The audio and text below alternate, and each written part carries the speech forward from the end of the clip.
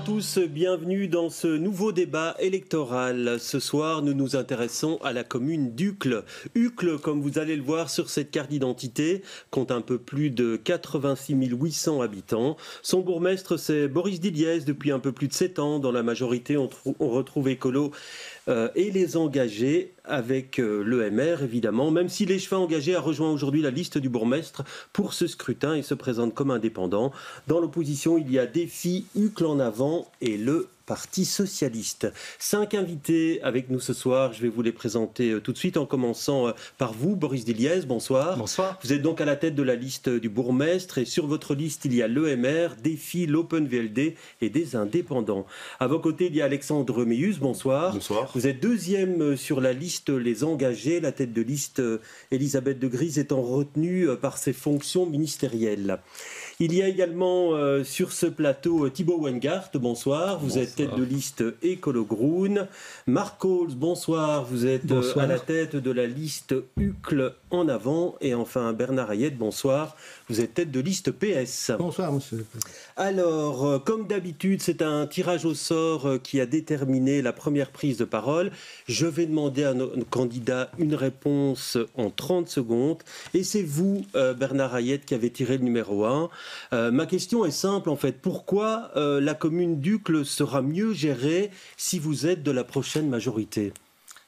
Merci, monsieur Peuzès. Avant toute chose, je voudrais vous remercier pour avoir invité tous les partis démocratiques, contrairement à l'RTB qui, ce matin, n'a pas invité les partis d'opposition, dont acte.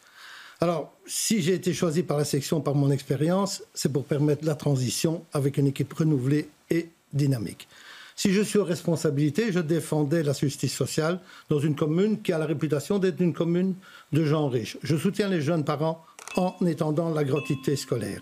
Je rêve d'une commune où les Ucloises et les Uclois seront protégés grâce à plus de policiers et d'acteurs de prévention dans les rues. Enfin, je m'engage contre les discriminations, contre le racisme et contre l'antisémitisme, une commune qui accueille la diversité. Allez, vous avez dépassé un petit peu votre temps de parole, mais tous les temps de parole sont comptabilisés afin de répartir le plus équitablement les temps de parole. Alexandre Méus, vous-même, pourquoi est-ce que la commune d'Uccle sera mieux gérée si les engagés font partie de la majorité ? Alors la commune d'Uccle sera mieux gérée pour 2 raisons. Tout d'abord, parce que les engagés sont un mouvement citoyen participatif. Donc notre objectif, c'est de concerter, informer et puis rendre des comptes aux citoyens. Et donc pour ce faire, on veut travailler avec les citoyens d'horizons et d'origines variées. Et pour ce faire, il faut aller vers le bien-être, vers ce qu'on appelle le vivre ensemble, ce qui fait société. Et donc nous, on veut que dans notre politique de mobilité, notre politique d'urbanisme, notre politique de logement, notre politique de sécurité, on passe toujours par le biais du bien-être. Alors Marc Coles, à vous. Pourquoi la commune sera mieux gérée si vous faites partie de la majorité ? Eh bien, parce que nous pourrons peser sur un certain nombre de politiques, et notamment rompre avec la politique de mobilité qui a manqué d'équilibre ces dernières années, avoir une participation citoyenne qui ne soit pas une pseudo-participation, et d'autre part, on agira sans doute plus aussi pour favoriser l'installation des jeunes ménages à Uccle, arrêter de supprimer du stationnement qui pénalise nos commerces, et également agir beaucoup plus, je dirais, pour la sécurité, parce que pour nous, la priorité, ce n'est pas un nouveau commissariat, mais c'est engager plus de policiers. Thibaut Wengart, à vous. Tout d'abord, je pense que la commune d'Uccle, elle a été bien gérée au cours des 6 dernières années, donc on a envie de continuer à bien la gérer. Il y a beaucoup de choses qui ont été mises en place et il faut pouvoir maintenant les amplifier. Il y a l'urgence climatique à laquelle on fait face. Ça nécessite de prendre des mesures de préservation de nos espaces verts, de lutter efficacement contre les inondations. Il faut renforcer encore cela dans les années à venir. Il faut préserver le Cayenne-Bem, Tavel, le Bois de Calvoul, tous ces espaces-là. Et puis il faut une attention pour tous les quartiers, c'est fondamental. Et ce serait évidemment au cœur des politiques que l'on mènera au cours des 6 prochaines années si on est en majorité. Et enfin avec vous, Boris Diliès, même question. Votre réponse ? Uccle est une qualité de vie à la qualité exceptionnelle. Pour autant, tout n'est évidemment pas parfait. Et si on veut conserver cette qualité, on doit à la fois faire preuve de rigueur, mais on doit aussi porter des projets. Et puis, nous sommes forts aussi d'un bilan qui est, à mon avis, la meilleure crédibilité, qu'il s'agisse de la non-augmentation des impôts, de l'augmentation de la sécurité ou encore de la modernisation de toute l'administration communale. Et donc, on doit encore porter de nouveaux projets et garantir cette qualité de vie. Très bien, ben voilà pour cette première prise de parole. On vient maintenant à la situation politique. Une question pour vous, Thibault Wengart. L'EMR a donc fait liste commune avec Défi. Il y a 10 places sur la liste. Ce qu'on a entendu pendant la législature, c'est on s'est bien entendu entre l'EMR et Écolo. Là, vous défendez votre bilan. Alors, comment expliquez-vous cette alliance préélectorale entre l'EMR et Défi? Est-ce que c'est pas finalement un coup de poignard dans le dos pour vous? Un coup de poignard, c'est une surprise parce qu'on sait que Défi a siégé dans l'opposition durant 5-6 ans et que les débats ont parfois été tendus, ils ont parfois été durs avec la majorité en place, parfois très durs avec les libéraux d'ailleurs. Ceci dit, ça ne remet pas en question le fait que la majorité sortante, elle a bien travaillé dans le respect, dans le dialogue, mais avec nos sensibilités, évidemment, avec nos sensibilités respectives et qui ont pu, sur un certain nombre de dossiers, apparaître assez clairement.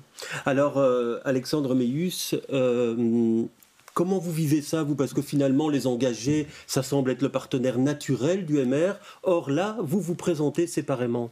Il y a eu, chez nous, l'interne, il y a eu des discussions. On a envisagé la possibilité d'éventuellement aller sur la liste du bourgmestre, mais la majorité des candidats et des membres des engagés à Uccle ont souhaité une liste, disons, pure ou solo pour défendre le projet. Et les résultats du 9 juin nous donnent raison. Ouais. Boris Diliès, vous dites, quand vous avez annoncé cet accord préélectoral, vous avez dit avec Défi, on est presque d'accord sur tout, c'est ce que vous avez dit. Ça s'est mal passé avec Écolo parce qu'on n'a pas eu l'impression pendant ces 6 dernières années. Non, mais je pense qu'il n'y a pas à lier l'une ou l'autre chose. Moi, j'ai confirmé effectivement que nous avions eu de très bonnes relations de travail, et fort heureusement pour les Uclois, parce que la politique, ça ne doit pas être la guerre. Et donc, on a effectivement, et c'est normal en politique, des projets, des convictions qui varient, mais je pense que le respect et la bonne entente, c'est extrêmement positif pour les citoyens. Et donc, le conflit n'est certainement pas une chose favorable pour gérer une commune. Mais par ailleurs, au niveau de la liste du bourgmestre que je mène, vous savez, moi j'ai avancé de manière très transparente. J'ai lancé un appel dans le journal communal début janvier pour inviter celles et ceux qui se retrouvaient dans les valeurs, on va dire, de la droite et du centre à Uccle. Je les invitais à me rejoindre, ce qui constitue aujourd'hui cette liste du bourgmestre. Oui, alors le MR a fait un très bon score au régional au mois de juin. Cet accord a été scellé bien avant. Est-ce que vous le referiez au vu du score que vous avez?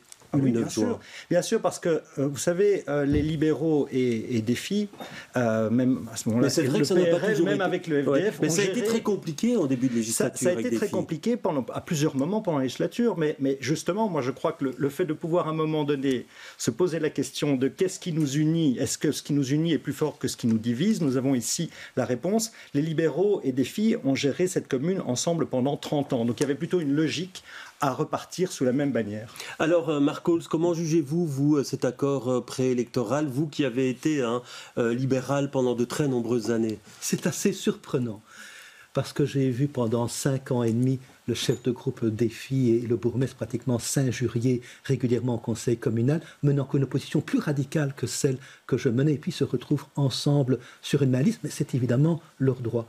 Pour notre part, nous ne sommes pas partisans de la liste unique. Nous pensons que la démocratie, c'est permet d'avoir différents projets qui sont en concurrence. Nous avons notre projet pour Uccle, d'une liste citoyenne qui regroupe des anciens libéraux, mais aussi des gens de Défi, de CDH, de tout horizon politique, et surtout une majorité de candidats qui n'ont aucun engagement politique. Et ce que nous voulons, après les élections communales, c'est qu'une discussion de programme, de projet, et qu'une nouvelle majorité se forme dans l'intérêt des Uclois. Bernard Riette, même question par rapport à cette... Un peu comme M. Wengart, on était un peu surpris de cette annonce, mais bon, c'est le choix du bourgmestre. D'autant plus que, comme on l'a rappelé, pendant 6 ans, ils n'ont pas arrêté entre le chef de groupe Défi et le bourgmestre de s'invectiver. Ce n'est pas une nouveauté, parce que dans les législatures précédentes, c'était M. Wengart qui s'invectivait avec M. Diliès. Donc parfois, on se dit quand même qu'il y a des alliances parfois un peu contre nature. Mais bon, au-delà de ça, je terminerai, M. Wengart. Alors, il reste à Ruc en avant de M. Cause, qui a récupéré d'anciennes gloires du MR dans l'espoir de peser sur les débats. Je ne sais pas que c'est la bonne chose. Parce qu'en conclusion, M. Peuzet, je pense que le seul vote utile, c'est le Parti socialiste qui présente une vision de gauche, une vision progressiste. Oui, alors Alexandre Meilhus, c'est vrai que c'est Elisabeth de Gries qui est votre tête de liste. On le voit, elle est très prise par ses fonctions ministérielles. Elle a déjà dit qu'elle n'était pas candidate bourgmestre. Comment jugez-vous les électeurs qui vont se dire on ne comprend pas qu'une personnalité comme ça se présente en première place alors qu'elle n'a pas l'intention de briguer un mandat? Alors, plusieurs choses. Tout d'abord, Elisabeth de Gries a décidé d'être candidate et a été soutenue par les 43 candidats désengagés avant le 9 juin. Donc elle s'est présentée en tant que tête de liste avant le 9 juin, c'était voté en interne chez nous. Et deuxièmement, en tant que ministre-présidente, elle a tout intérêt à avoir toujours un ancrage local. Donc elle pourra relayer les préoccupations des Uclois au niveau du gouvernement de la Fédération Wallonie-Bruxelles. C'est quelque chose d'important, qu'il y a un lien entre le niveau local et le niveau des entités fédérées ou du national. Oui, pour vous, c'est pas un souci finalement qu'elle n'est pas là ce soir. J'imagine qu'elle a des difficultés à faire campagne au vu de ses responsabilités. Après, c'est pas un cas isolé. Il y a d'autres personnalités qui sont ministres et qui sont conseillers communaux. Donc, je peux en citer certains, mais voilà, c'est pas une nouveauté dans l'histoire. Et il y a eu différents conseillers communaux qui étaient à la fois ministres et qui combinait les deux. Donc, alors Boris Diliez, vous l'avez dit, votre intention, vous en cachez pas, c'est d'avoir la majorité absolue. Ça veut dire qu'il y aura, si vous réussissez, il n'y aura pas de partenaire supplémentaire? Alors, c'est vraiment une élection où c'est l'électeur qui est la clé. C'est le plus important. Et c'est pour ça que moi, je n'avance pas masqué. C'est une liste forte, une liste de rassemblement de la droite et du centre. L'objectif, c'est évidemment d'avoir le plus de sièges possible pour pouvoir porter le projet que nous défendons. Maintenant, la suite, c'est évidemment l'UCLOA qui en décidera. Mais fonction des résultats, nous sommes par définition déjà une liste de rassemblement. Vous l'avez indiqué, l'EMR, Défi, l'OpenVLD, des indépendants. Donc ça veut dire que si vous avez la majorité absolue, ce sera seul, il n'y aura pas d'autres partenaires? Si nous avons une majorité suffisante. Maintenant, qui peut dire aujourd'hui combien nous serons? Il y a 43 sièges au Conseil communal. Il est évident que si nous nous retrouvons avec une majorité qui serait trop courte, à ce moment-là, les choses sont différentes. Mais ça, de nouveau, c'est l'électeur qui en décidera. Oui. C'est pour ça que nous avançons de manière totalement claire. Et votre partenaire naturel, c'est les engagés Vous savez, moi, j'aime la cohérence. Les engagés et le MR fonctionnent ensemble à la région bruxelloise, à la région wallonne.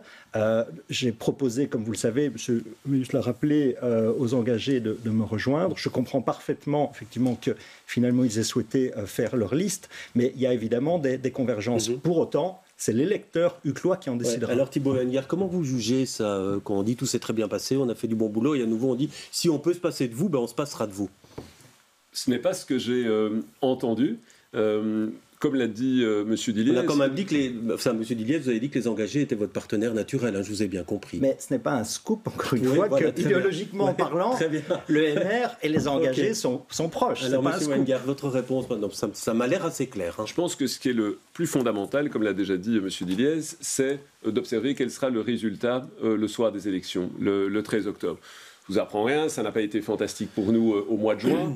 Ceci dit, à l'Europe sur UCLE, les résultats nous concernant étaient assez encourageants. Et ces dernières semaines, sur le marché, quand on rencontre les uns et les autres, on a beaucoup de citoyens qui nous disent on n'a pas nécessairement voté pour vous en juin, mais à UCLE, c'est très très important qu'Écolo reste une force. On est la deuxième force politique à UCLE depuis très longtemps et qu'on reste cette deuxième force politique. Et donc on verra le 13 octobre au soir quel sera le poids de notre formation politique. Et s'il y a un signal qui est envoyé en ce sens par les UCLOA, et le cas échéant, on est évidemment prêt à prendre à nouveau et à poursuivre aux responsabilités. Alors, Monsieur Cole, c'est ce que vous, par rapport à ça, ce qui est annoncé, vous vous dites, on va tout faire pour qu'il n'y ait pas cette majorité absolue, ou alors même pour essayer de faire une majorité alternative? En tout cas, nous allons tout faire pour faire le meilleur score pour UCLE en avant. Et effectivement, nous ne souhaitons pas une majorité absolue pour la liste du bourgmestre. Donc pourquoi ce serait dangereux, selon vous? Je pense que oui. Je pense que oui. Non pas pour la démocratie. Aucun des 5 partis politiques ici autour de la table est un parti non démocratique. Mais il y a une partie du programme de la liste de bourgmestre qui mérite à tout le moins d'être modulée. Nous sommes inquiets de tous les grands projets d'investissement qui veulent réaliser, ce qui nécessairement conduira à une augmentation d'impôts. Par contre, il y a une chose que nous ne souhaitons pas, c'est qu'une majorité soit constituée avec Écolo au groupe. non pas que ce n'est pas un parti démocratique, c'est un parti démocratique, mais nous avons constaté quand même ces dernières années à la région bruxelloise et aussi à la commune où ils ont eu beaucoup d'influence, qu'il y a quand même une certaine radicalisation dans ce mouvement et donc nous souhaitons une majorité sans eux. Et je terminerai aussi par une chose, parce qu'on a toujours dit que c'était la grande bonne entente entre Écolo et le MR à Uccle. Ce n'est pas tout à fait vrai. Moi, je me rappelle le dossier du Bois de la Cambre, où la majorité s'est fracturée, et c'est parce que de l'opposition, notamment Uccle en avant, a apporté ses voix au MR, que les recours juridiques ont... Ah si, il y a eu un vote au Conseil communal. En première instance, M. Cole, ça se fait au niveau du collège. Donc il faut juste dire la vérité. Mais... Non, M. Dilliès, il y a un fait, on peut regarder les débats sur YouTube, il y a eu un débat, il y a eu un vote au Conseil communal, Pour l'action sur le fond, M. Cole, qui a été faite, où Écolo n'a pas soutenu, et c'est MR, les engagés, Uccle en avant, et des filles qui ont voté, et je crois aussi certains socialistes, si j'ai bonne mémoire. Ça, c'est la réalité. Oui, Monsieur Hayet, par rapport justement à cette vous trouvez aussi qu'une majorité absolue, ce serait dangereux pour la commune. Dans les pays où il y a un parti unique, ça n'a jamais donné de bons résultats. Donc je ne pense pas que ce soit une bonne... Il y a plusieurs partis sur la liste. Comme vous y allez, Monsieur Hayet, au-delà de ça, si les électeurs en décident, bien... Nous sommes aussi candidats à participer parce que je pense que Uccle souffre d'un manque de politique sociale et donc nous ne demandons pas mieux de pouvoir rejoindre les plus progressistes je vous vois réagir, Monsieur Weingart, par rapport à ce qui a été dit, tant sur le Bois de la Cambre, sur les fractures de la majorité. Une réponse rapide, parce que le Bois de la Cambre, on aura l'occasion d'en parler durant le débat, et la mobilité aussi. Oui, je voulais surtout rapidement répondre à la dernière intervention de M. Hayet sur les politiques sociales. On n'a jamais déployé autant de moyens budgétaires que sous cette mandature pour le CPS, pour l'Agence immobilière sociale. On a créé toute une série de dispositifs sociaux, les chèques culture, les chèques sport, la gratuité des bibliothèques, tout ça est nouveau, tout ça n'avait jamais été fait à Uccle. Alors tenir ce genre de propos caricaturaux, ça me déçoit un petit peu de la part de M. Hayet. Vous ne donnez même pas assez de budget au CPS dont le compte est en déficit pour 2023. Oui, M. Hayet. C'est faux, tout simplement, parce que dans le dernier budget qui a été voté en décembre, dans les investissements qui représentaient 41 millions, on a donné royalement 2 000 € pour les affaires sociales, qui étaient d'ailleurs gérées par un échevin écolo. La dotation CPS, c'est plus de 20 millions, M. Hayet. Oui, mais vous nous avez toujours envoyé, au CPS, mais la politique sociale, c'est aussi de la prévention, c'est aussi du logement, c'est une série de choses. Rapidement, et puis on va rentrer dans le vif du débat. On a augmenté de 10% à chaque budget la dotation au CPS, et 20% de notre budget est consacré à l'action sociale. Il faut quand même être précis. Très bien. Alors, on va tout de suite rentrer dans le vif du sujet et c'est notre journaliste Rémi Rucois qui vous présente en quelques secondes, en un peu plus d'une minute, les enjeux à Uccle. Ici à la place Saint-Job, les enjeux sont divers. Il y a notamment les conséquences des travaux qui ont lieu ici un peu plus loin au niveau de la gare de Saint-Job et de la rénovation du pont. Plusieurs riverains et commerçants se demandent comment vont se passer les travaux et dénoncent un manque de communication de la part de la commune sur comment vont se dérouler ces travaux. Et puis ici, il y a aussi des débats autour de la transformation de la place Saint-Job. Certains se demandent comment l'une des principales places de la commune peut et va être transformée. Un des enjeux dont les habitants m'ont beaucoup parlé, c'est celui de la mobilité à Uccle, notamment la mobilité routière. Uccle est la commune qui compte le plus de voitures par habitant. Ensuite, on m'a parlé également des cyclistes. Des cyclistes m'ont parlé en disant qu'ils n'avaient parfois pas assez de place pour circuler dans la commune, qu'il y avait des aménagements qui avaient été faits, mais ça n'était pas encore suffisant dans toutes les zones de la commune. Et puis, la mobilité en termes de transport en commun. Une des particularités d'Uccle, c'est qu'elle n'a pas de station de métro en souterrain. Certains ont dit qu'il manquait encore un peu de bus ou de tram ou de connexion entre ceux-ci à Uccle.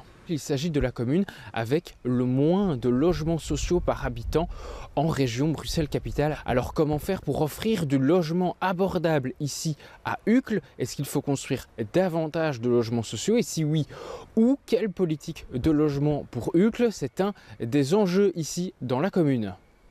Voilà, le logement, on va l'évoquer évidemment dans ce débat, mais on va l'entamer par une question qui fâche, hein, c'est comme dans d'autres communes, c'est la question de la mobilité. Alors, faut-il réduire la place de la voiture dans l'espace public? Si oui, comment? Alexandre Mélius, vous êtes en retard sur le temps de parole, donc je vais vous inviter à commencer sur le sujet. Est-ce qu'il faut un good move à Uccle, et si oui, dans quel sens, avec quelles dispositions? Pour nous, ce qui est important, c'est qu'il y ait une adhésion des citoyens, donc des Uclois, avec une concertation. L'idée d'un good move, de base, on n'est pas contre. Par contre, le projet a été mal fait. Si on veut faire un good move, il faut mettre en place un programme pour les piétons, pour les cyclistes, pour la mobilité douce, partagée et pour les transports en commun. Ce qu'on oublie souvent aussi à Uccle, c'est qu'il y a le train. Donc, on oublie souvent que de la place Saint-Job ou du Villédois ou de la gare de Calvoute, on peut aller en 10 minutes ou 15 minutes dans le centre. Donc il faut informer les gens, il faut discuter avec les gens, les informer. Et donc s'il faut parfois que les gens utilisent moins la voiture, il ne faut pas non plus que ça soit punitif et que les gens se retrouvent dans les embouteillages ou n'aient pas d'autre choix. Donc, alors, vous dites good move, on n'est pas contre. Ça doit prendre quelle forme selon vous, ce plan? Une énorme concertation avec on revoit le plan dans son ensemble. Et quand on met en place des mesures, on les évalue le jour même ou le lendemain ou le surlendemain. On ne met pas un programme ou des mesures comme ça et puis on verra 2-3 semaines plus tard ou quelques mois plus tard. Donc si on met un plan en place, il faut l'évaluer rapidement. Et vous savez, par rapport à Good Move, si on ne mettait pas en place des plans de mobilité pareils, on aurait encore des voitures partout dans le centre de Bruxelles ou sur la Grand Place. Donc c'est important d'avoir des plans pour changer les habitudes des citoyens. Oui, alors Marc Holz, vous êtes très dur quand vous parlez de la politique de la mobilité. Vous dites ça a été désastreux, ça a manqué totalement d'équilibre, suppression massive de places de parking. C'est ce que vous indiquez dans votre programme. Alors ça veut dire quoi, selon vous? Est-ce qu'il faut ou pas réduire la place de la voiture à Uccle? D'abord, il faut respecter le choix de chacun de son mode de déplacement, quel qu'il soit. Une politique de mobilité, c'est non pas le tout à la voiture, c'est pas non plus le tout contre la voiture. Et c'est vrai que la majorité sortante a rendu des avis favorables concernant notamment toute la rénovation de la chaussée d'Alzenberg, qui ont conduit à plus de la moitié de suppression de places de stationnement. Il y avait d'autres possibilités dans l'enquête publique. Des avis avaient été remis, on aurait pu faire l'aménagement autrement. Mais maintenant, la mobilité, c'est évidemment avoir suffisamment de places de stationnement. Il y avait eu l'idée, il y a 6 ans, éventuellement de construire un parking en dessous de la place Van der Helst. Donc il y a des réflexions qui doivent être menées. Mais c'est aussi les transports en commun. Et Uccle, et notamment le sud de la commune, est très mal desservi en transport en commun. C'est pour ça que dans notre programme, par exemple, nous demandons qu'on prolonge la ligne de bus 43, qui aujourd'hui s'arrête au Vivédois, qu'elle est jusqu'à l'ULB à travers le bois de la Campe. Donc il faut aussi agir, et bien entendu, sur les transports en commun. Il faut respecter tous les modes de déplacement. Et par exemple, nous ne sommes pas anti-vélo. Clairement, dans notre programme, nous demandons qu'on facilite l'intermodalité train-tram-vélo, en sécurisant notamment le stationnement vélo aux abords des gares. Oui, alors Thibaut Weingart, quand je lis votre programme, vous, c'est vraiment donc meilleur équilibre entre les différents modes de transport et dans l'ordre de priorité, les automobilistes arrivent en dernier. C'est ce que vous indiquez. Ce qui est essentiel, Monsieur Peuzès, c'est de rééquilibrer l'espace public, de mieux partager cet espace public. Par ailleurs, de le végétaliser, il faut planter des centaines d'arbres, c'est fondamental aussi. On l'a déjà fait au cours des 6 dernières années, il faut continuer. De la même manière, toute une série de mesures ont été prises pour les piétons. On a doublé le budget. Au cours des 6 dernières années, nous voulons à nouveau doubler ce budget, sécuriser les abords écoles. On a créé 11 km de pistes cyclables entre 2018 et 2024. On a adopté un nouveau plan communal de mobilité. Et là aussi, le piéton est au cœur des attentions. Je ne me trompe pas quand vous dites la voiture, c'est notre dernière priorité. Mais disons que nous pensons surtout qu'au cours des décennies écoulées, on a pas mal oublié le piéton, pas mal oublié le cycliste. Les transports en commun, c'est pas fameux à Uccle, ça a déjà été dit. Et donc on doit œuvrer à cela effectivement prioritairement et avoir un espace public qui est plus convivial, qui est plus sécurisant, qui est plus agréable pour tout le monde. Et on est bien conscient qu'il reste du pain sur la planche, raison pour laquelle nous sommes prêts à poursuivre le travail. Oui, Bernard Hayet, quand vous dites qu'il faut évaluer le plan communal de mobilité avec les usagers, est-ce que vous êtes sur la même... Vous êtes plutôt comme Marc Holz ou plutôt comme Thibaut Weingart sur la place à laisser à la voiture? Non, je pense que la mobilité, c'est un élément important à la commune d'Uccle. Je reconnais que M. Weingart n'a pas forcément facile d'organiser cette mobilité avec à la fois des voiries régionales, des voiries communales, on ne sait pas très bien qui s'occupe de quoi. Tout ça est bien compliqué et franchement, je ne l'envie pas. Ceci dit, on a été très très déçus par son plan communal de mobilité. Aucun point noir n'avait été résolu, que ce soit au niveau du lycée français, que ce soit au niveau de l'école européenne, que ce soit au niveau de la gestion du parking Infobo. Rien, ou pratiquement rien, n'a été proposé dans ce plan communal de mobilité. On espérait parfois que, par exemple, au niveau de la carte de riverain, on puisse bénéficier d'une carte de riverain unique, par exemple. Pour tout le territoire. Hein. Sur tout le territoire. Évitons ces zones bleues, rouges, vertes que les citoyens lambda ne comprennent pas. Donc c'est ça notre évaluation. Essayons d'évaluer les pistes cyclables. Je veux dire, on nous a parlé de la piste cyclable Bourgmestre-Rings. Mais toutes les autres, ce sont des traits blancs sur la chaussée. Enfin, ça protège qui ? Je veux dire, c'est très dangereux. Prenons la chaussée Saint-Job.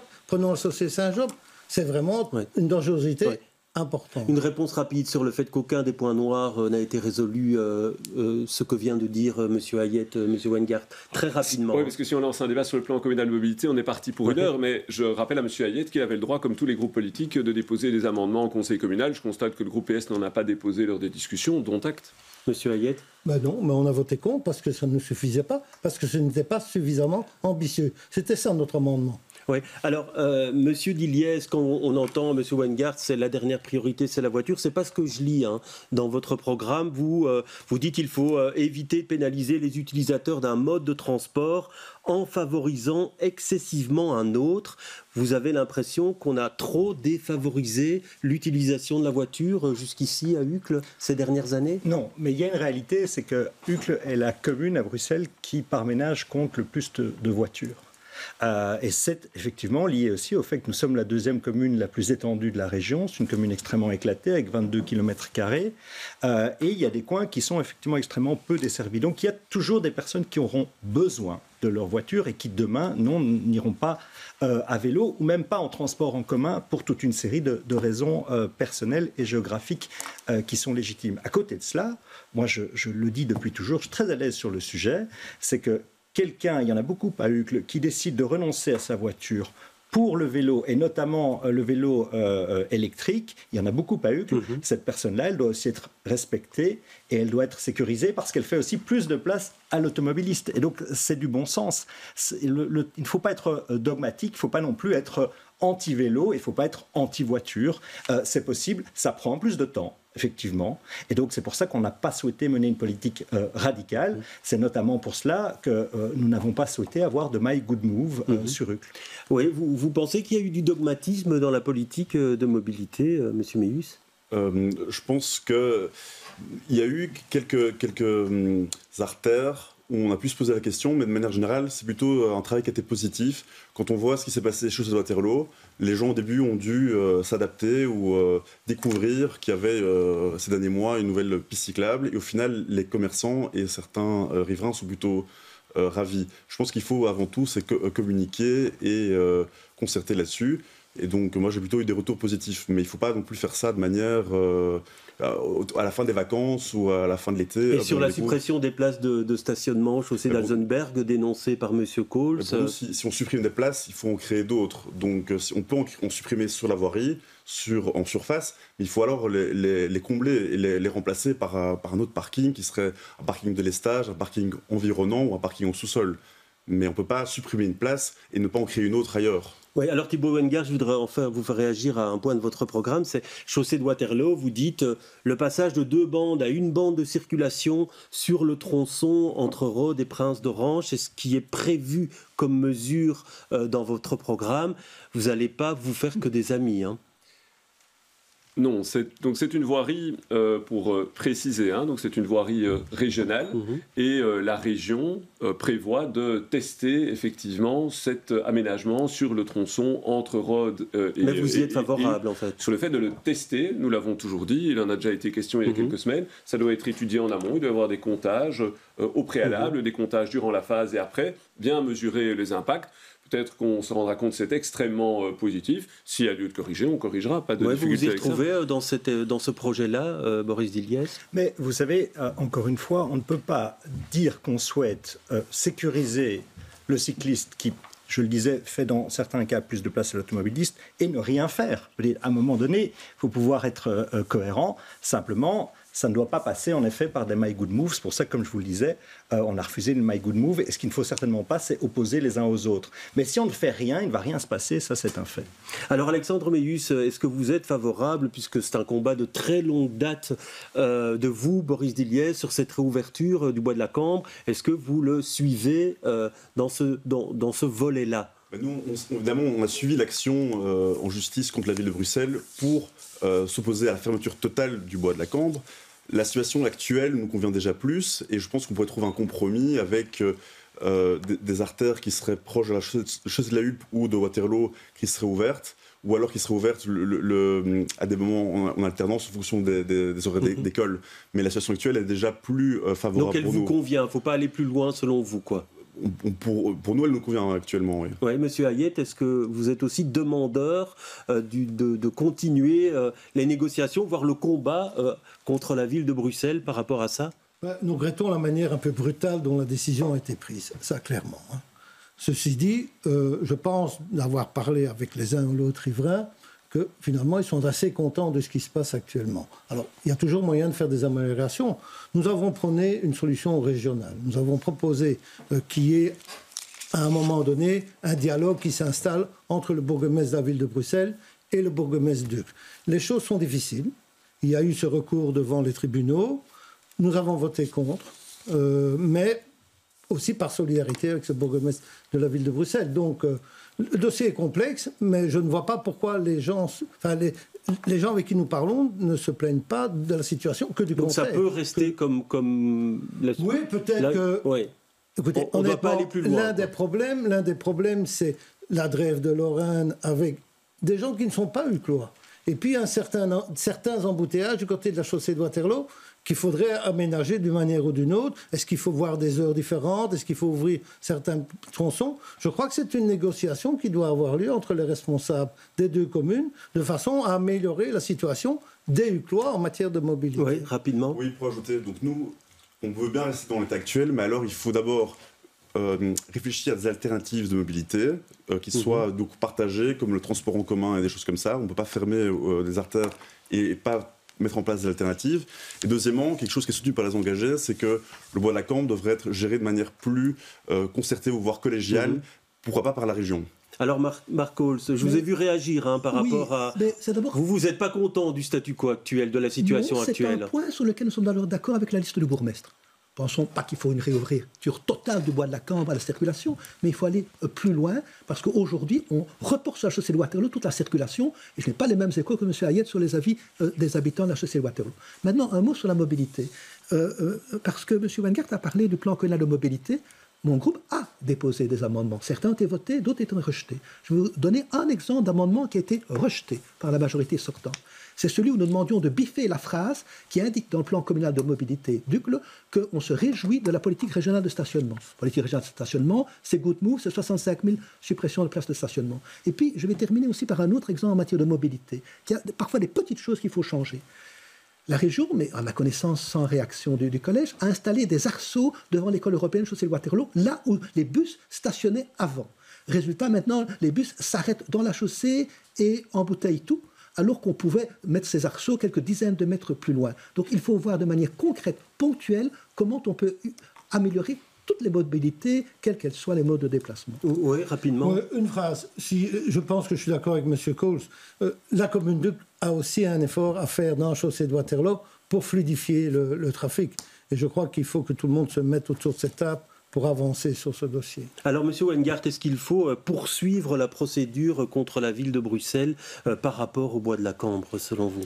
Nous avons toujours été clairs sur ce point-là. Nous ne sommes pas favorables à des actions en justice sur ce dossier. Et nous privilégions, et on se l'est dit en majorité, assez paisiblement d'ailleurs, que nous privilégions une concertation et des solutions politique avec les différents acteurs publics dans ce dossier. Il y a une étude qui est en cours actuellement. On attend les conclusions de cette étude et en fonction des conclusions de celle-ci, il y aura certainement lieu d'aménager certains aspects autour du bois, dans le bois.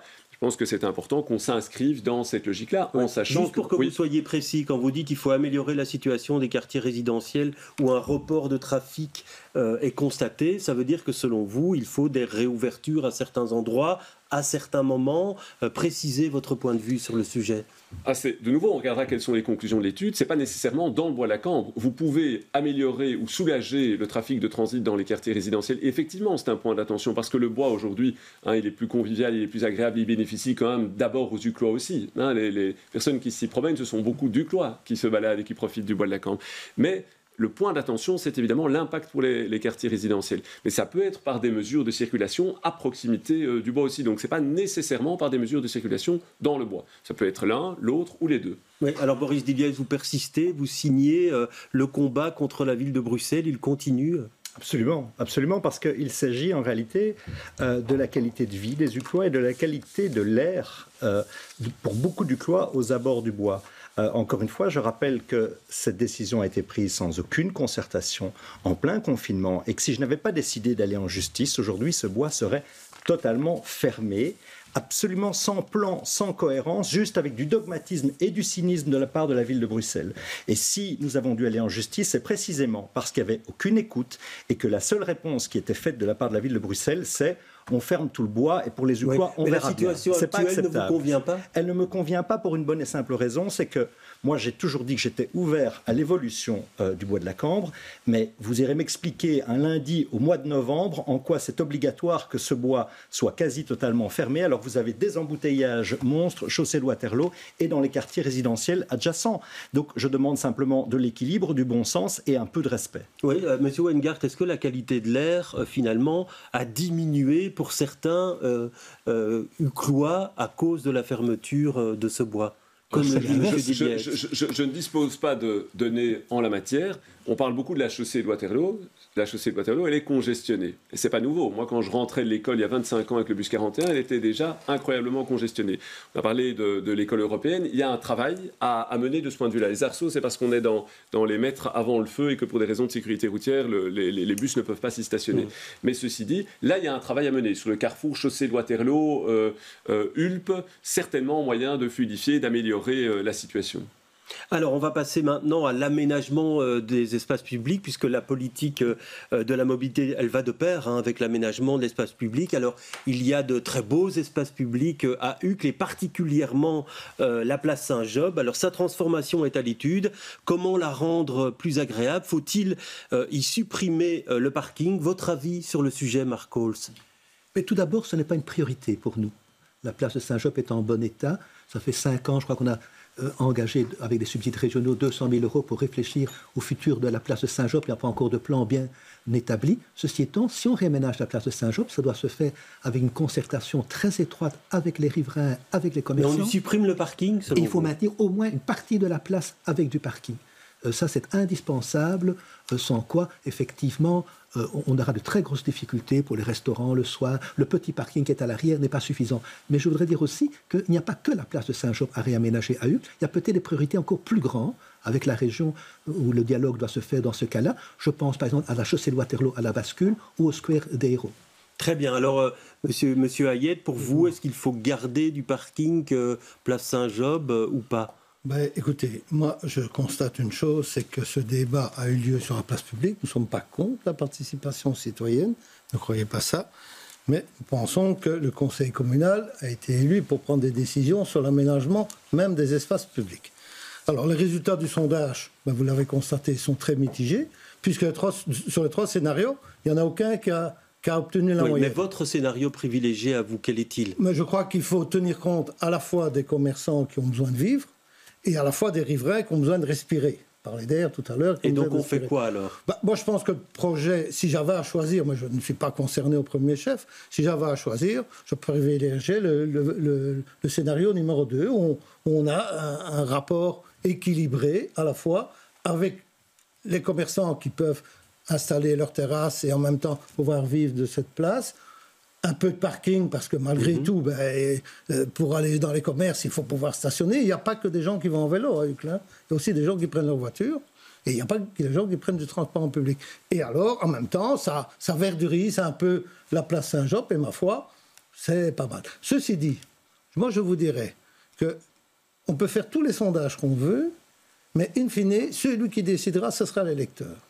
Et on verra quel sera son choix au moment des élections, et on verra quelles sont les partis et quelle position ils ont défendu et quelles seront et quel sera le Monsieur choix Milius, quel est votre point de vue sur le sujet? Il faut maintenir quelques places sur la place. Sur la place, on pourrait les réduire peut-être de moitié, mais on ne peut pas les supprimer totalement.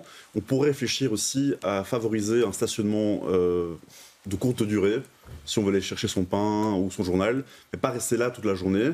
Et donc il faudrait une alternative de mettre un parking en sous-sol ou de délestage dans les environs. Et parmi les 3 propositions qui ont été débattues, nous, on a voulu en proposer une 4e. Je pense que M. Wengard en a pris connaissance. On a une autre alternative où on veut qu'on puisse tourner dans un sens, on verdorise un peu, mais pas non plus le statu quo ni le champ de patates, on va dire, entre guillemets, mais qu'on a un équilibre entre les deux. On pourrait élargir la place centrale pour les l'Horeca, certains commerçants, mais tout en gardant quelques places de parking. Et pour vous, est-ce que c'est une priorité, le réaménagement de cette place? Pour nous, c'est très important. Ça figure d'ailleurs dans les premières pages de notre programme.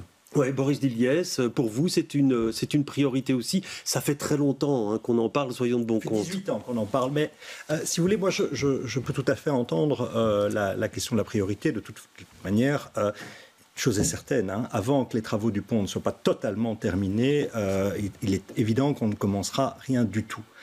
Mais quand j'entends ici ce qui est dit autour de la table, je crois qu'on est globalement tous assez d'accord sur le fait qu'on doit pouvoir embellir cette place qui est quelque part la place emblématique d'Uccle, mais qu'il faut garder du stationnement, mais qu'il faut penser aux autres modes de transport et qu'il faut certainement penser à l'attractivité des commerces qui est réelle.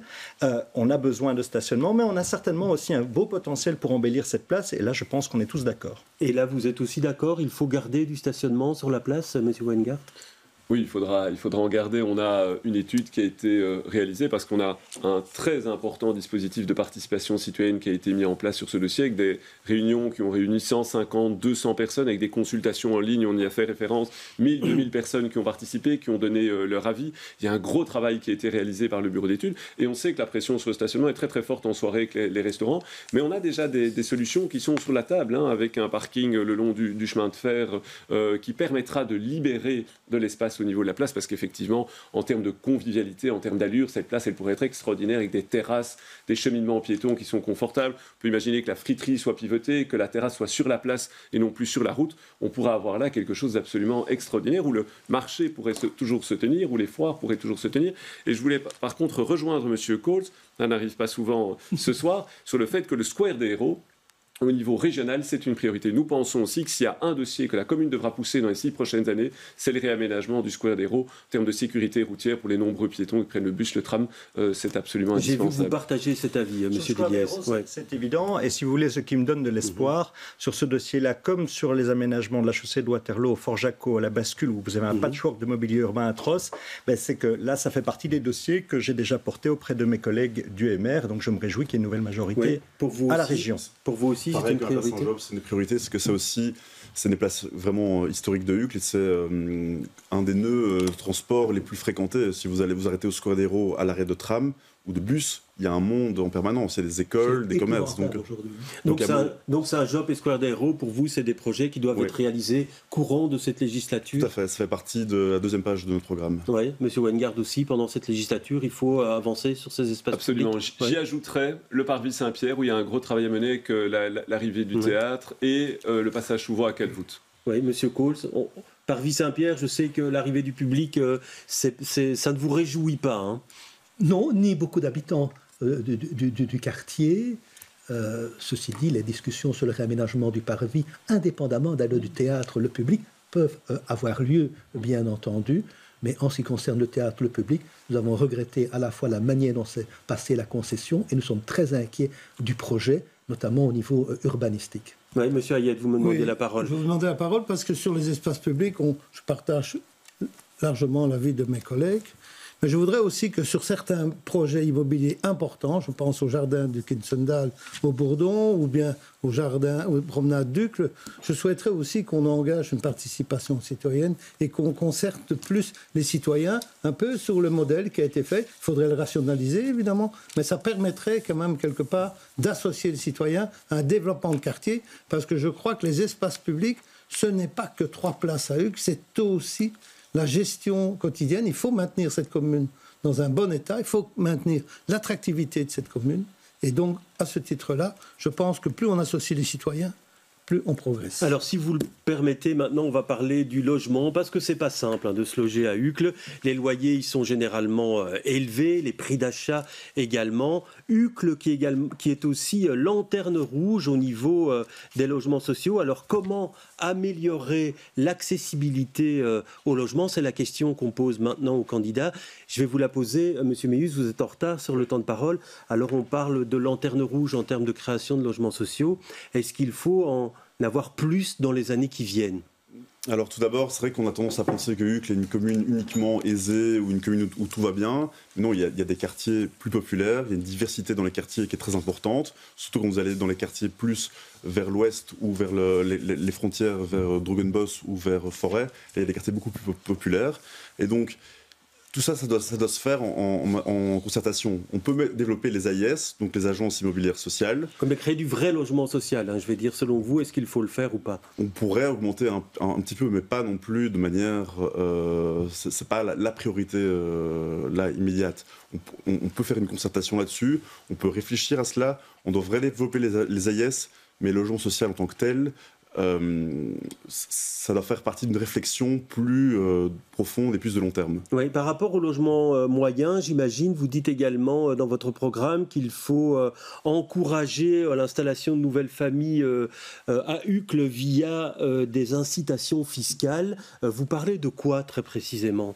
Mais on pourrait avoir une prime communale quand on s'installe, comme des commerces peuvent l'avoir, quand on s'installe à Uccle, par exemple. C'est un exemple aussi simple que ça. Donc, sous certaines conditions de revenus ou de statut? Non, pas question de revenus, mais plutôt une question de durée ou de temps qu'on reste sur la commune. Pas une question de... Alors, Marc Holz, est-ce qu'il faut créer du logement social à Uccle? C'est une vieille question aussi. On en parle quasiment à chaque campagne électorale. D'abord, on crée du logement social à Uccle. Il y a d'ailleurs des projets assez controversés qui sont en cours de construction ou en borque pour le moment. Mais je pense qu'il faut d'abord mettre l'accent sur l'agence immobilière sociale, qui a le mérite de ne pas créer des ghettos sociaux, vu que ce sont des logements qui sont loués chez les propriétaires privés, et puis sous-loués à un prix moindre à des personnes qui sont dans les limites du revenu social, parce qu'effectivement, il y a beaucoup de problèmes sociaux à Uccle, et donc il y a un effort encore à faire pour développer l'agence immobilière sociale. Et puis le logement, ce n'est pas uniquement le logement social, c'est aussi le logement moyen. C'est terrible que des jeunes ménages n'arrivent plus, ou très difficilement, à pouvoir se loger à Uccle. Alors, je ne suis pas très content de la majorité MR écolo sortante à Uccle, vous l'avez compris. Mais il y a une majorité MR écolo qui, à mon sens, a beaucoup mieux fonctionné, c'est à Etterbeek, où cette majorité a mis sur pied toute une série de politiques avec des baux amphithéotiques et autres pour favoriser l'accès au logement moyen dans cette commune. Mais je souhaite qu'on fasse la même chose à Uccle. Oui, Monsieur Hayet, vous décernez un bonnet d'âne dans votre programme à la majorité par rapport à la création de logements sociaux. Pour vous, est-ce qu'il y a, je vais être très cash, est-ce qu'il y a une volonté délibérée de ne pas créer plus de logements sociaux? J'espère que non. En tout cas, c'est vrai que le bonnet d'âne, il est justifié quand on voit que la moyenne régionale est de 7% et qu'ici on est à 4,4%. Et donc je crois il ne faut pas se renfermer sur la notion de logements sociaux. Évidemment, on est demandeur, nous, au Parti socialiste, d'en avoir le plus possible. Mais je crois qu'il faut parler de logements accessibles. C'est un vrai drame pour certaines familles qui, à un moment donné, ne peuvent pas permettre de loger leurs enfants à Uccle. Et ça ne concerne pas que les familles précarisées, ça concerne toutes les familles. La crise du Covid a montré que toute une série de familles se sont retrouvées dans une forme de précarité qui leur permet pas d'acheter ou de louer à Uccle. Alors, votre proposition, très rapidement. Nous, ce que nous proposons, c'est un guichet unique pour permettre à trouver des solutions originales. Genre de solution originale, favoriser la mixité sociale. Quand nous avons un projet qui est développé, de nouveau, je fais référence au Bourdon avec 400 logements, pourquoi ne pas imaginer que certaines charges d'urbanisme servent justement à consacrer une partie des logements à du logement moyen? C'est déjà le cas. Oui, non, ce n'est pas le cas. Ce n'est pas le cas. C'est très peu le cas. C'est trop peu. Oui. Monsieur Dilliez, est-ce qu'on pourrait mieux utiliser les charges d'urbanisme pour créer des logements moyens ou des logements à finalité sociale? Elles sont déjà utilisées d'une part, mais d'autre part, sur le logement social, on a renforcé les moyens de l'agence immobilière sociale. C'est ce qu'on doit poursuivre parce que ça permet d'abord effectivement de faire sens dans ce qu'est Uccle, parce que Uccle, justement, ça n'est pas une commune lisse. Vous pouvez avoir dans la même rue des personnes avec des moyens extrêmement variés. Et l'agence immobilière sociale, elle encourage cela.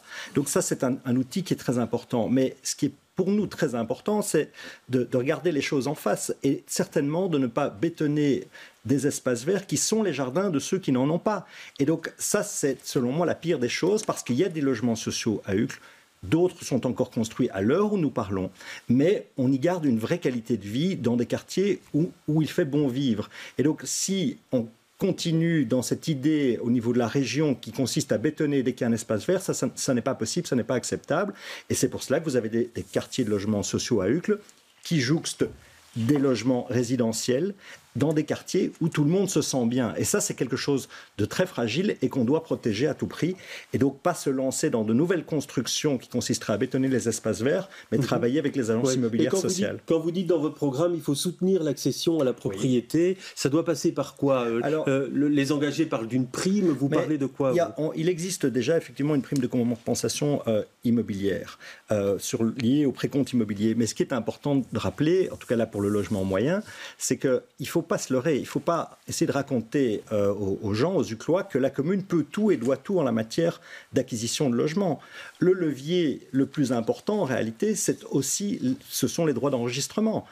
Et là, j'ai bon espoir par rapport à ce qui se discute au niveau de la région, que Bruxelles, qui aujourd'hui a des droits d'enregistrement de 12,5%, puisse s'orienter vers des droits d'enregistrement qui sont plus proches de ceux de la Flandre, qui sont à 3%, et on en parle également en Wallonie. Oui. Alors, Monsieur Wijngaard, quand vous dites dans votre programme, il faut densifier l'offre communale de logement public en activant les dents creuses existantes appartenant à la commune, c'est un levier important, selon vous, pour permettre la création de logements? Combien y a-t-il de dents creuses? Oui, c'est la question que je posais en outre. Il y a l'un ou l'autre site qui est disponible. On ne va pas faire l'inventaire de ces sites ici, mais ce qui est fondamental pour nous, c'est de construire la ville sur la ville, là où ça a déjà été minéralisé, là où ça a déjà été bétonné. Effectivement, il y a des sites qui étaient envisagés pour des projets de logement public, qui sont des zones naturelles, voire des zones inondables. Ça ne nous paraît pas, en 2024, nécessairement très pertinent de retenir ces sites-là. Pour autant, Uccle doit effectivement accueillir de nouveaux logements publics, de nouveaux logements sociaux. C'est le cas à l'heure actuelle. Il y en a de récents chaussée Alsenberg, au Homborg, il y en a d'autres qui arrivent.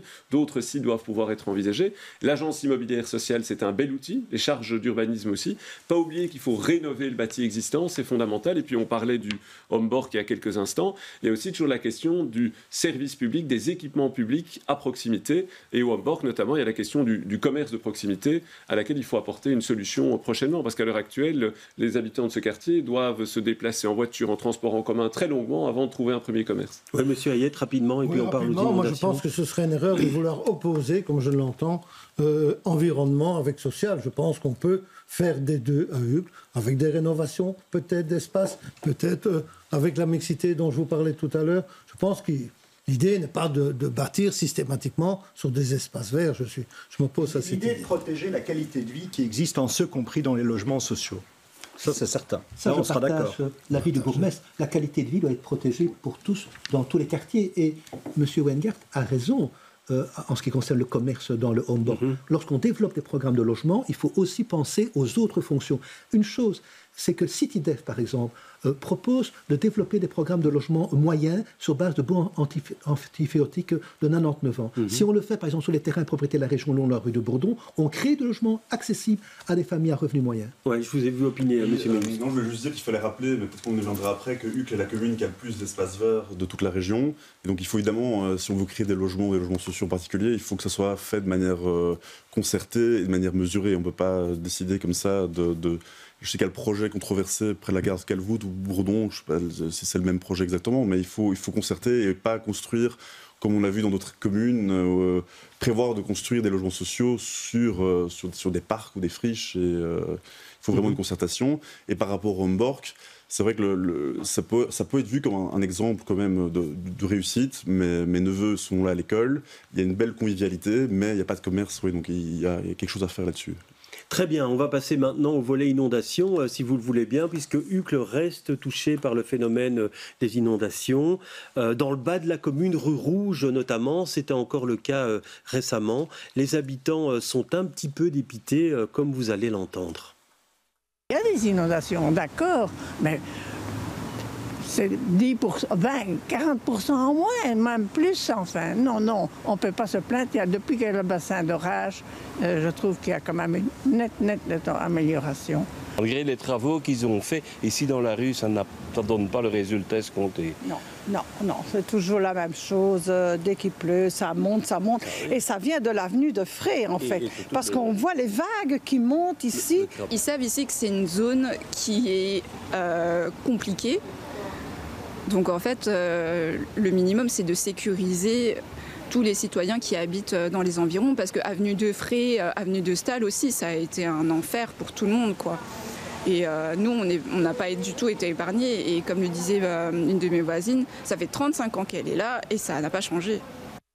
Alors, Alexandre Meilhus, inévitable, les inondations, comment faire pour les limiter au maximum? Tout d'abord, c'est vrai la transition climatique, le changement climatique, mais aussi le dérèglement climatique, ça ne se décide pas qu'à l'Europe ou national, ça se décide aussi au communal, dans la vie de tous les jours. Et donc je pense qu'il y a plusieurs choses à faire. Il faut d'abord travailler en termes de prévention. On peut travailler donc sur la perméabilité des sols, on peut travailler sur la verdurisation et la végétalisation de l'espace public et des parcs. Concernant les bassins d'orage, il en existe déjà plusieurs. On peut travailler évidemment à leur entretien, on peut travailler à l'étanchéité des égouts, on travaille à l'infiltration de l'eau et la perméabilité des sols. Ça, c'est des choses importantes. Et on peut aussi, comme j'ai dit, en termes de prévention, travailler sur l'éducation et la sensibilisation des gens, sur, que ce soit à l'école, mais aussi les adultes, sur les comportements à avoir ou les comportements à ne pas avoir. Oui, dans votre programme, vous dites, lors des constructions, une large part des terrains restera perméable. Ça veut dire qu'il faut l'imposer dans les permis, il faut une législation beaucoup plus stricte dans ce domaine?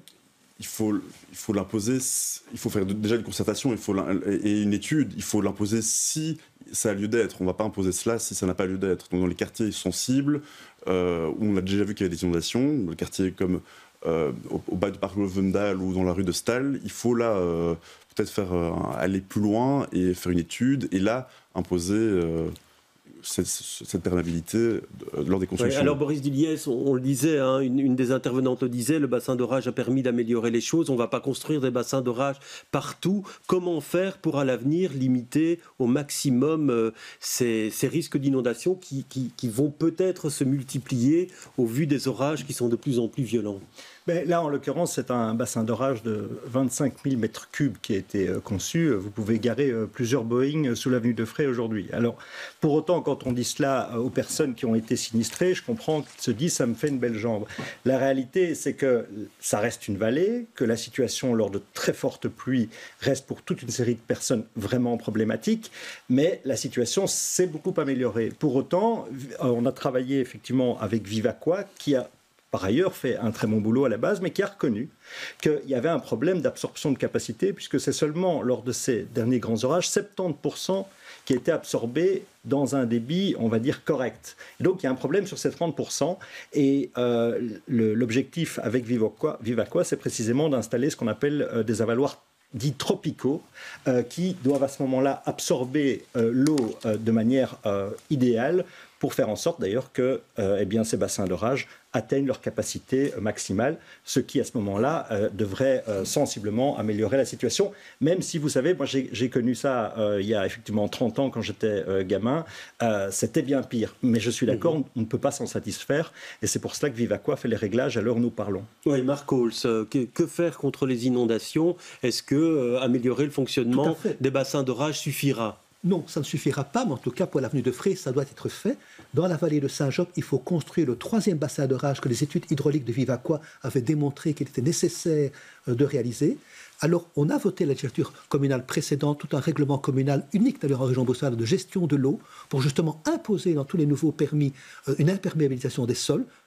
Et il faut effectivement agir pour empêcher cette imperméabilisation des sols, pour les rendre perméables partout où on le peut.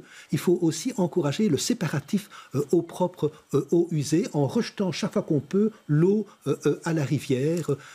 Et des travaux sont en cours au travers des différentes majorités. Il y a une politique de continuité en matière de gestion de l'eau qui devrait être poursuivie, quelle que soit la future majorité, parce que c'est crucial pour les habitants concernés. Ouais, Thibault Wangard, vous parlez aussi dans votre programme de création de zones publiques inondables et perméables. C'est ces fameux jardins de pluie, comme il en existe à Forêt, par exemple. On pourrait en développer beaucoup, selon vous, à Uccle, ces jardins de pluie?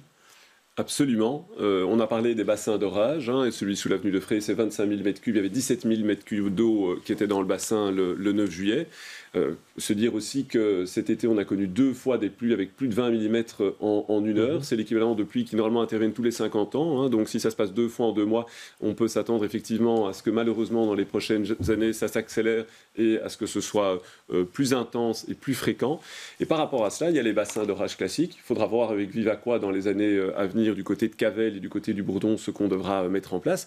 Et il y a ce que la commune, ce que les services communaux mettent en place, et ce sont des bassins d'orage naturels où on va envoyer l'eau idéalement en amont pour qu'elle ne termine pas dans l'égout. C'est par exemple ce qu'on a mis en place au niveau du parc Bruckmann, c'est ce qui a été fait à l'étang de pêche de Linkebeek. Il faut faire ça également du côté de Steenveld, Drogenbos. Il y a des projets aussi au niveau du bas du parc de Wolvendal.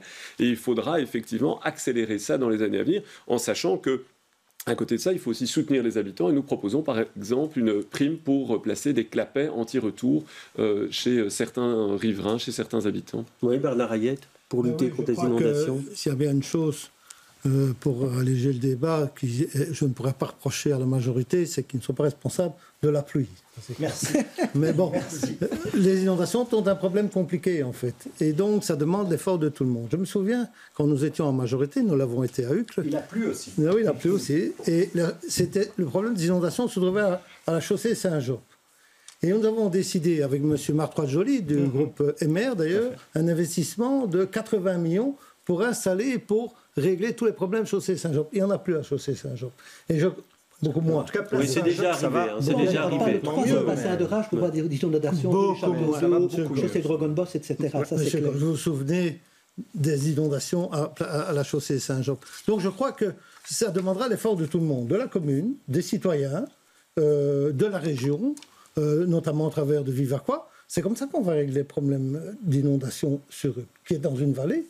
Et c'est comme ça. Enfin, je veux dire, c'est une topographie, même 2 vallées. Moi, je suis au Bourdon. Ceci dit, au-delà de ça, je pense franchement qu'on peut améliorer la situation par des mesures parfois simples. Les avaloirs qui doivent être nettoyés, des petites choses simples, les trottoirs qui peut-être peuvent être surélevés. Vous savez, des choses basiques. Ouais. Mais nous devons nous rendre compte... Vous dépassez vraiment beaucoup le temps de parole. Ouais. Donc terminez très rapidement, s'il vous plaît. Une phrase. Les phénomènes météorologiques, on n'est pas responsable. Mais ça risque de s'aggraver encore avec le temps. Il ne faut pas non plus se cacher la face et se dire que la lutte contre le changement climatique reste quand même une priorité. Alors, on va parler maintenant du stade de hockey. C'est une autre priorité pour certains, une priorité de longue date. On en parle depuis des années. Va-t-il voir le jour et si oui, dans quelles conditions ? Monsieur Diliès, vous y croyez toujours à ce stade national de hockey ou Bien pas? sûr que j'y crois. Quand vous dites ça fait des années, il y a des projets effectivement comme Saint-Jean, oui, pas beaucoup 18 plus ans, anciens. Pas 18 ans, pas 20 ans, mais on en parle déjà depuis quelques années. J'ai été voir dans les archives. Voilà, mais moi j'ai lancé le projet effectivement en 2017, en juin 2017 pour être précis. La réalité, c'est que l'idée, ça n'est pas juste de se dire il faut un stade de hockey parce que Uccle est effectivement la capitale du hockey, mais c'est un projet qui doit s'inscrire aussi dans un plus pour le quartier, et notamment par rapport aux aménagements des abords du futur stade, par rapport au commerce local et puis par rapport à l'emploi local. Parce que c'est aussi un quartier où vous avez toute une série de jeunes, pas ou peu qualifiés, qui cherchent des jobs. C'est le site du Zwartebeek. Du Zwartebeek, absolument, sur Uccle Sport. Et l'idée, c'est aussi que ce projet soit pourvoyeur d'emploi local. Oui, alors Marco, est-ce que vous êtes favorable, vous, au développement de ce projet? Oui, c'est un beau projet. Et d'ailleurs, c'est un des projets sur lesquels il y a unanimité au Conseil communal des 5 groupes politiques ici présents. Est-ce que vous ne craignez pas les nuisances pour le quartier? J'y viens, parce que oui. Mais tout d'abord, est-ce qu'il va se réaliser? Je n'en sais rien. Je n'en sais rien, parce que ça va, beaucoup de doutes là-dessus. Ça va dépendre du futur gouvernement bruxellois et du futur gouvernement fédéral s'ils vont ou non assurer le financement. Si oui, les travaux pourraient commencer à partir de 2031. Mais d'autre part, on nous avait promis pour les questions de mobilité qu'un parking de plusieurs étages allait être créé au-dessus du parking qui est aujourd'hui à côté des miniers, à côté des écoles de formation PME. Or, j'apprends que même un permis d'urbanisme a même été introduit pour créer ce parking sur plusieurs niveaux. Et maintenant, on entend que la région abandonnerait ce parking. Il est indispensable qu'il soit réalisé, là, juste à la sortie de l'autoroute, parce que à pied par la promenade verte, ceux qui viendront en voiture aux événements pourraient effectivement rejoindre le stade de hockey. Si ce n'est pas fait, alors là, les conséquences en seraient très graves pour le quartier. Ouais, une réponse rapide, ce projet de parking, il est à l'arrêt pour l'instant. On en a besoin pour l'instant. Vous savez qu'il y a des discussions à la région où la majorité précédente laisse une ardoise de 2 milliards d'euros. Donc je sais que la situation budgétaire est difficile. Pour autant, ça fait partie des projets que j'ai l'intention de continuer à défendre pour UCL, qu'il s'agisse du parking ou qu'il s'agisse du stade de hockey. Alors, Monsieur Meilloux, c'est ce que... On est en faveur du stade, mais ça doit se faire évidemment dans une certaine rigueur budgétaire, en tout cas au niveau UCLois. Et donc, parce que UCL, on l'a dit, est des capitales ou la capitale du hockey avec tous nos clubs et nos talents. Et donc, on a le droit de se doter d'infrastructures pour que la commune rayonne au niveau de la région, mais aussi au niveau national. Donc, c'est un projet qu'on soutient, mais tout ça doit se faire avec une concertation. Oui, comment on fait pour qu'il s'intègre au quartier? Il faut donc évidemment demander aux riverains, aux voisins, comment ça peut se produire. Il faut faire une étude aussi de mobilité, une étude de stationnement. Donc il ne faut pas que ça soit fait sans concertation, avec un gigantisme et que ça soit imposé de manière unilatérale. Il faut vraiment une réflexion et un projet avec une vision. Donc là, on le soutiendra, oui. Oui, alors si j'ai bien lu, et vous me corrigerez si nécessaire, on parle d'un stade de 5000 places avec une capacité de 10 000 places. 5 à 7 000. 5 à 7 000. Monsieur Weingart, vous y êtes favorable également. Et que dire à Monsieur Coles par rapport aux nuisances qui risquent d'y avoir dans le quartier? Ça paraît presque inévitable, les jours de match. J'y suis évidemment favorable puisque j'y ai consacré énormément de temps au cours des dernières années et je me réjouis du fait qu'il y a effectivement une unanimité des formations politiques à UCL et qu'on a été entendu à la région fédérale. C'est évidemment un enjeu de savoir si les futurs gouvernements débloqueront les moyens budgétaires complémentaires nécessaires pour la réalisation de ce projet. Je voudrais aussi me réjouir de l'excellente collaboration avec la Fédération belge de hockey et puis du rôle moteur de Belliris sur ce dossier. Alors évidemment, il y a Monsieur Coles semblait mettre des doutes sur la réalisation de ce stade. C'est ce que je disais il y a un instant. Il faudra voir d'un point de vue budgétaire les moyens qui pourront être dégagés par les gouvernements à venir. C'est sûr que ce n'est pas la commune d'UCL sur ses fonds propres. Nous, on met le terrain à disposition. Comme l'a dit M. Dilliez, je le rejoins là-dessus, c'est important que le projet s'intègre dans le quartier, qu'il puisse bénéficier, qu'il y ait des espaces aussi qui soient à disposition du quartier, que ce stade vive tous les jours, qu'il y ait des entraînements, que les clubs UCLois en profitent, c'est fondamental aussi, qu'il soit à la pointe sur le plan énergétique, environnemental. Tout ça, ce sont des points d'attention pour ce projet, mais effectivement, on aura probablement des clarifications dans les prochaines semaines, dans les prochains mois. Ouais, je vous vois opiner, vous y croyez encore Oui, parce que étant joueur de hockey, j'y crois, mais je suis d'accord avec le cahier de charge, on peut dire, que M. Weingart vient de présenter. Ouais. Alors je voudrais vous faire réagir à un autre projet, c'est celui qu'on trouve dans votre liste, Monsieur Dilliez, c'est la fameuse création de cette piscine naturelle derrière l'Institut Pasteur. Vous dites dans votre programme qu'un bureau d'études va être désigné pour procéder aux études de faisabilité. C'est nécessaire à cet endroit-là, une piscine naturelle? Alors d'abord, je vous confirme qu'il y a effectivement que nous avons voté notre dernier budget où dans le programme d'investissement, il est précisé un montant pour cette étude par rapport à ce projet de piscine naturelle. Mais la réalité, c'est que vous avez un site qui est le site de l'Institut Pasteur. Vous avez 10 hectares d'espace vert. Donc c'est au-dessus du plateau Engeland. À proximité du quartier du Homborg. Aujourd'hui, totalement inaccessible au public. Donc totalement inaccessible au public depuis toujours. Ça fait des années qu'on se dit qu'on peut peut-être l'ouvrir. L'idée, c'est de rendre cet espace vert magnifique accessible au public et d'y intégrer effectivement une piscine naturelle publique parce que c'est un quartier qui pourra en bénéficier et c'est un projet qui est extrêmement porteur et qui en plus s'intègre totalement dans l'environnement. Alors est-ce que vous vous y retrouvez dans ce projet, Monsieur Meilloux? On se pose la question de savoir si c'est une vraie priorité. Est-ce qu'il ne faudrait pas travailler plutôt d'abord sur la sécurité, la propreté, l'entretien des voiries? Après, il faut voir aussi d'un point de vue budgétaire, qu'est-ce que cela implique. Vous dites que ça a été voté. Il y a une étude Donc qui a c'est été un budget évoquée. extraordinaire. Oui, bien sûr, il y a Ouais. maintenant, Ouais. soyons clairs, hein, nous avons l'intention avant tout aussi d'offrir un espace vert supplémentaire aux Uclois. Ouais. Aujourd'hui, c'est un espace complètement inaccessible. Ouais. Donc, Mais je vous moi, sens dubitatif. peux- ce Oui, soir. s'entendre, j'attends mais- de voir le projet de manière plus concrète ou avec plus de chiffres ou plus d'impact que ça pourrait avoir avant de me prononcer. Là, je me pose la question, est-ce que c'est la vraie priorité? Si c'est démontré que oui, alors on le soutiendra. Oui, alors Monsieur Cole, qu'est-ce que vous en pensez, vous, de cette piscine naturelle et de la création de ce nouvel espace vert? Je suis très sceptique.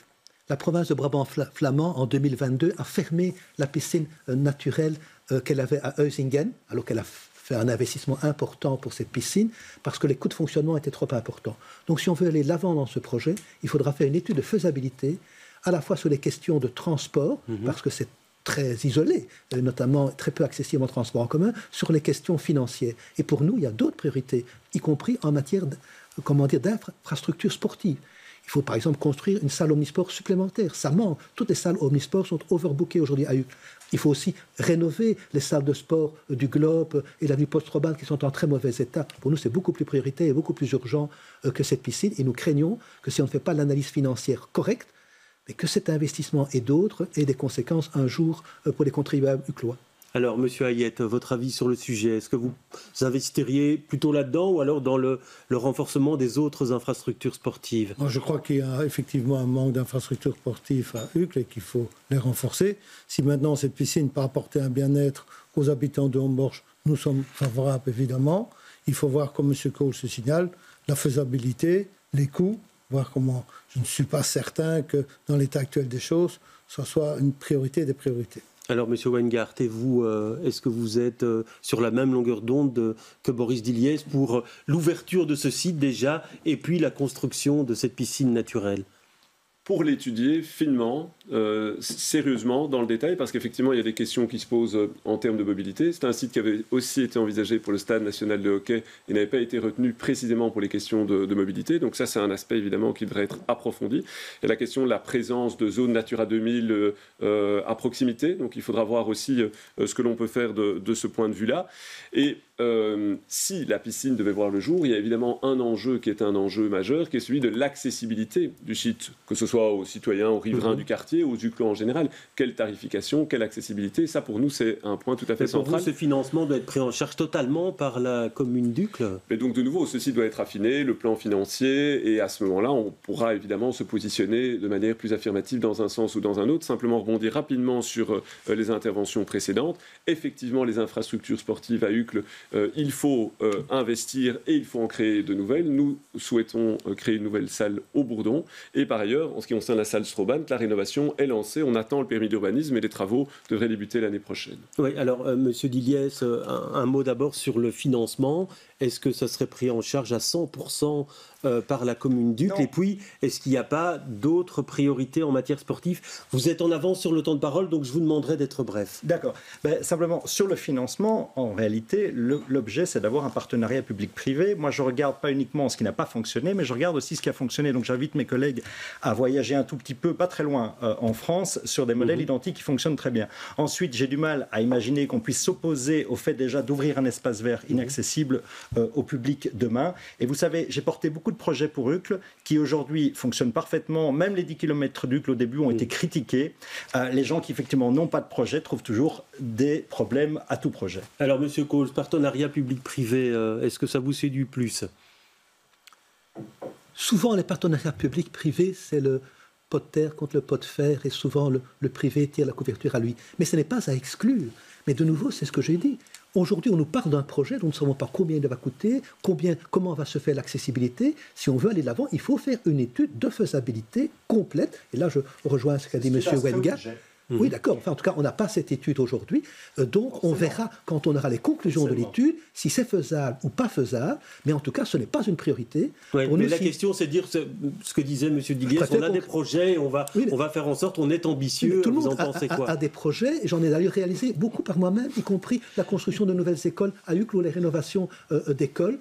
Mais est-ce que ce n'est pas plus prioritaire de faire de nouvelles crèches, par exemple? Enfin, on peut débattre des priorités. En tout cas, pour nous, ce n'est pas ce qui est le plus prioritaire. C'est très clair. Et je crois pas que l'espace vert me semble positif. Mais on peut ouvrir l'espace vert sans créer une piscine, monsieur Dillier. C'est ce que j'ai dit.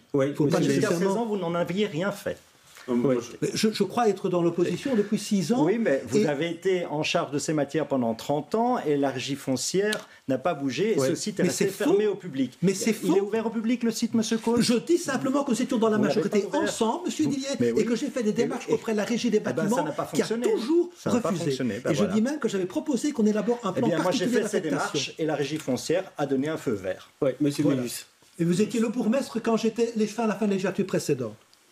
Juste pour avoir une époque de ma vie vécue dans le quartier, c'est vrai que c'est triste que tous ces espaces soient fermés et inaccessibles. Quand on est voisin, c'est particulier, c'est dommage. Donc le fait de l'ouvrir au public et d'en faire un espace vert, c'est une bonne chose. Après, en faire une piscine ou pas, ça c'est encore à réfléchir et étudier. Donc on reste sceptique, mais on n'est pas opposé. Donc si c'est bien présenté, bien réfléchi, on soutiendra le projet. Ben on verra l'avenir de ce projet. On se retrouve dans 6 ans pour voir s'il a avancé.